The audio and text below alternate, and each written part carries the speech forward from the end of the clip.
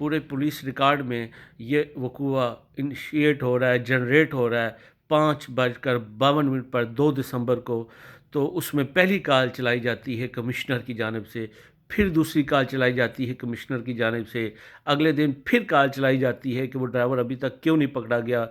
تو کمشنر کا اگر یہ کہنا ہے تو وہ بالکل غلط ہے، یہ خالصتاً کمشنر کے کہنے پر پکڑا گیا، اور وہ جو بند رہا وہ بھی کمشنر کے کہنے پر ہی بند رہا۔ میرے اس ساری تحریروں پر کمشنر سرگودا کو غصہ کرنا بنتا تھا، چونکہ میں حق بات سامنے لا رہا تھا اور وہ ان کے لیے کسی صورت قابل قبول نہیں تھی۔ اس کا نزلہ پھر ایک ماتحت افسر پر گرا، ڈپٹی ڈائریکٹر انفارمیشن ملک مقبول کو وہاں سے تبدیل کر دیا جاتا ہے اور کمشنر اپنی جگہ موجود رہتی ہیں۔ اس واقعہ کے اثر کو زائل کرنے کے لیے کمشنر سرگودا ایک کالم نگار ہیں ہارون رشید، ان سے رابطہ کرتی ہیں اور ان کے ذریعے اس ایشو کو ایک تجاوزات کے ایشو سے ریلیٹ کرنے کی کوشش کرتی ہیں، جبکہ اس معاملے کا تجاوزات سے تعلق نہیں تھا۔ میں کمشنر سرگودا کو 4 تاریخ کو ٹیلی فون کر رہا ہوں، 5 کو میں نے وہ تحریر لکھی ہے، اور یہ واقعہ جو ہے تجاوزات کے حوالے سے آپریشن جو ہے وہ 6 دسمبر کو ہوتا ہے، لہذا یہ واقعہ 2 دسمبر سے شروع ہوا اور یہ 5 کو ختم ہو چکا تھا، لیکن 6 کو تجاوزات کے ساتھ ریلیٹ کر کے نہ صرف ہارون رشید نے صحافتی بددیانتی کا مظاہرہ کیا، بلکہ کمشنر سرگودا نے بھی جھوٹ سے کام لیا۔ ہارون رشید نے کہا کہ یہ ضلع کے صحافی جو ہیں یہ موچی، دھوبی اور کچھ ایسی انہوں نے ٹرمز استعمال کی۔ انتہائی افسوس ہوا کیونکہ وہ بھی ایک پسماندہ ضلع سے یہاں اس مقام تک پہنچے ہیں، اور تمام ریجنز پنجاب کے 36 اضلاع میں کسی نہ کسی صورت کوئی نہ کوئی ریجنل اخبار چھپ رہا ہے، اور میڈیا لسٹ پر بھی ہیں، حکومتی لسٹ پر بھی ہیں، ABC بھی ہیں، اچھے اخبارات ہیں، اور ان میں لوگ کام کر رہے ہیں، اپنا رزق کما رہے ہیں۔ لیکن ہارون رشید کی طرف سے یہ کہنا کہ یہ صحافی نہیں ہوتے، یہ بالکل صحافتی بددیانتی ہے، اور ان کی انفارمیشن انتہائی ناقص تھی سارے واقعے کے حوالے سے۔ لیکن جس طرح انہوں نے کمشنر سرگودا کا شجرہ نسب بیان کیا، مجھے لگا کہ وہ ایک اچھے شجرہ گو ہیں۔ ہمارے علاقے میں تو مراسی جو ہیں وہ ہمارا شجرہ بیان کرتے ہیں، اور وہ بتاتے ہیں کہ یہ فلاں کا بیٹا ہے، یہ فلاں کا بیٹا ہے، فلاں کا بیٹا ہے، لیکن وہ جیسے انہوں نے شجرہ بیان کیا کہ ان کے خاوند بھی بڑے ایماندار ہیں، وہ بھی بڑی ایماندار ہیں، ان کے بھائی بھی بڑے ایماندار ہیں ہوں گے، ہمارے ان ایمانداری سے قطعاً میں نے تو کوئی ایمانداری پر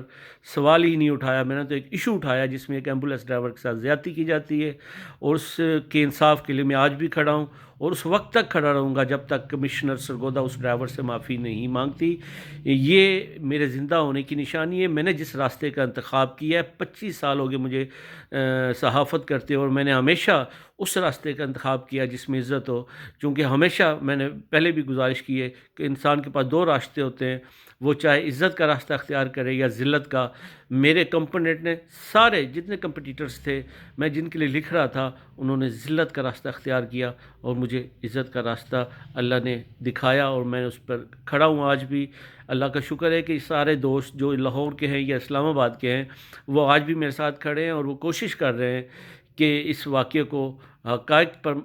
رپورٹ کیا جائے اور وزیر اعلیٰ پنجاب تک یہ بات پہنچائی جائے، اور اس فرعون صفت کمشنر کو یہاں سے تبدیل کیا جائے، کیونکہ جب بیوروکریسی فرعونیت پر اتر آتی ہے تو پھر اس ضلع میں عوام کو انصاف ملنا مشکل ہو جاتا ہے۔ اور تحریک انصاف کی حکومت کا تو یہ واضح اعلان تھا کہ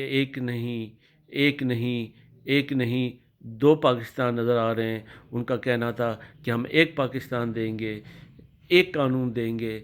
امیر کے لیے الگ قانون اور غریب کے لیے الگ قانون نہیں ہوگا۔ لیکن اس واقعے میں قانون بھی 2 نظر آ رہے ہیں، اس واقعے میں امیر اور غریب کا فرق بھی نظر آ رہا ہے، اور اس میں طاقت کا توازن بھی نظر آ رہا ہے کہ ایک طاقتور نے ایک غریب کو کچلا ہے، اور آج بھی اس غریب کو یہ اس کے 3 دن جو حوالات میں گزرے اسے انصاف نہیں ملا۔ گو وہ آزاد تو ہو گیا، وہ گھر تو پہنچ گیا، لیکن جس نے یہ کام کیا نہ صرف وہ اپنی سیٹ پر بیٹھی ہے، بلکہ جن لوگوں نے اس سٹوری کو بریک کیا انہیں مختلف ذرائع سے نہ صرف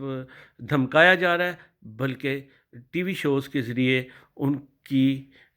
کردار کشی کی جا رہی ہے۔ تو میں اپنے دوستوں کا شکر گزار ہوں، مدثر بٹ صاحب کا اور دیگر کا، کہ جنہوں نے اپنی محبت کا اظہار کیا، اور علی رضالوی اور اسلام آباد پریس کلب سے فیصل فاروق صاحب اور جتنے دوست ہیں، یا سرگودا پریس کلب کے دوست ہیں، ان کی محبت کا شکریہ کہ وہ میرے ساتھ کھڑے ہوئے۔ پورا سرگودا کی عوام میرے ساتھ کھڑی ہے، پورے سرگودا کی سول سوسائٹی میرے ساتھ کھڑی ہے، اور انشاءاللہ ہم حق لے کر رہیں گے۔ حق کی یہ جنگ ہمیشہ جاری رہے گی۔